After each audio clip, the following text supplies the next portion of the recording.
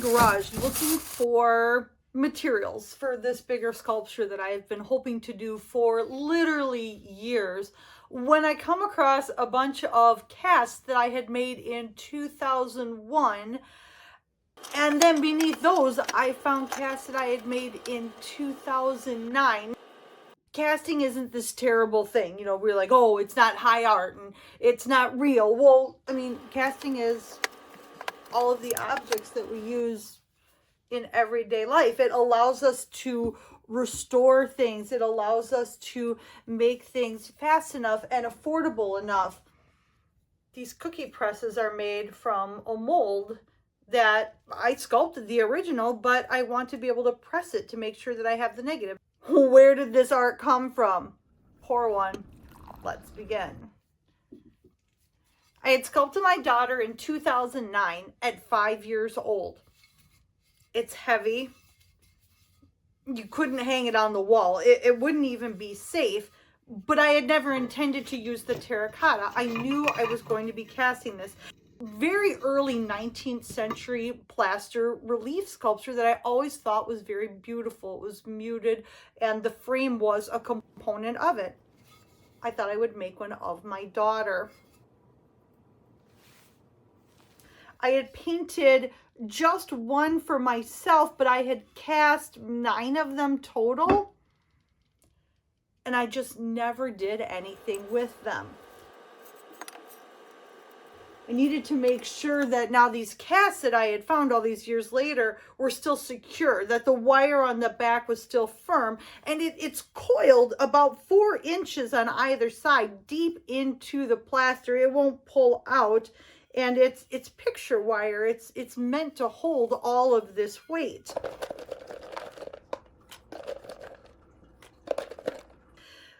The sculpt itself is from 2009. I mean, you know, this is a lot of years later, but I still wanted to take this to done. I've been doing this huge cleaning process where I'm trying to remove all of these pieces that I've been storing in crannies and corners throughout the house, and revisit my art. I knew that I wanted to gild the edges. It's a long process. You start with making rabbit skin glue with boiling water, and then you add what's called poliment rot. It's a very fine clay, and you put that on just a very, very thin layer. Wait a day, a very, very thin layer. Sand it, burnish it, let it rest. Then you come back with boiling water again and rabbit skin glue, a little bit of alcohol.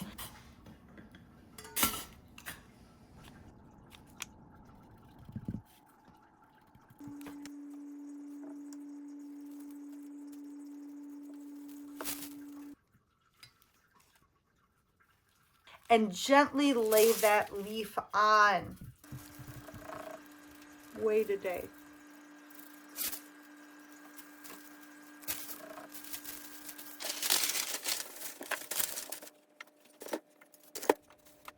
Come back, revisit, lay more leaf on, wait a day, burnish and rest. Then comes the painting. Don't want it to look like a carousel. This isn't a paint by number. I can't do big blotches of color. So I went ahead and mixed my paints and made sure that I had a variety of different colors, different hair and skin tone. My daughter's a brunette, but I wanted to make sure that there was just a little bit of variety, a little bit of play available. And then I came in with the colors and layering and resting. This is oil paint. So it takes, you do a day in between. You paint and you rest and revisit.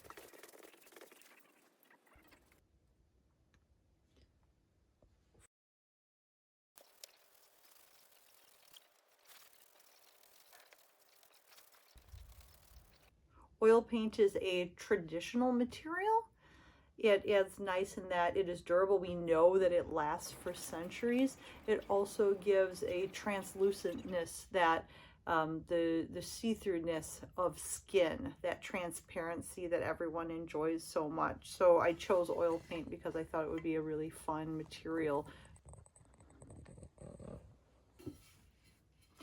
After I finished painting each of the portraits, I was left with what kind of sealant should I use. The Damar varnish yellows, it becomes brittle.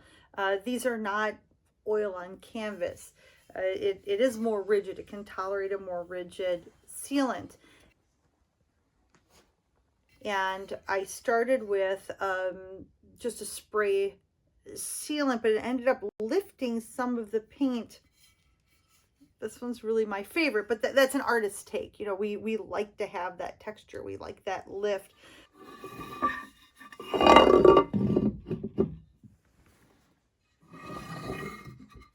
And then I wanted to make sure that it was sealed with something that was durable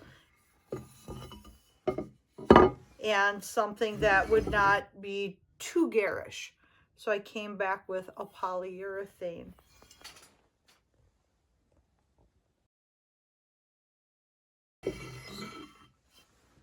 But then for the solidity, the security of it, I did want the polyurethane. I wanted that strength. The backs of each of these has felt that I glued on, so there's no way for it to scratch your walls. Nice and soft, but still sits flush with where there's a little bit of the plaster removed on each of these. Each one is a little bit different. I took time to make sure that I did the layering of color.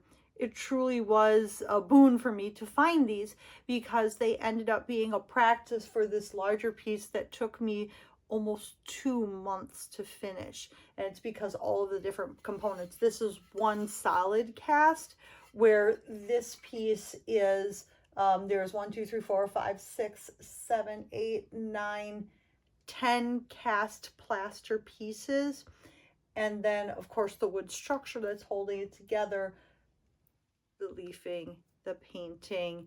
You know, these were a wonderful opportunity to make sure that I was ready. They are signed and dated and numbered. You can see the original where I had carved into the plaster when they had been cast, and then the Sharpie date where I signed it is from when I painted them, because of course I just finished these in February of 2026.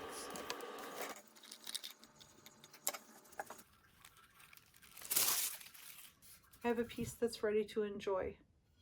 I got to revisit my art. I enjoyed revisiting a piece of my daughter with my daughter. And it's a celebration of something beautiful. Go art.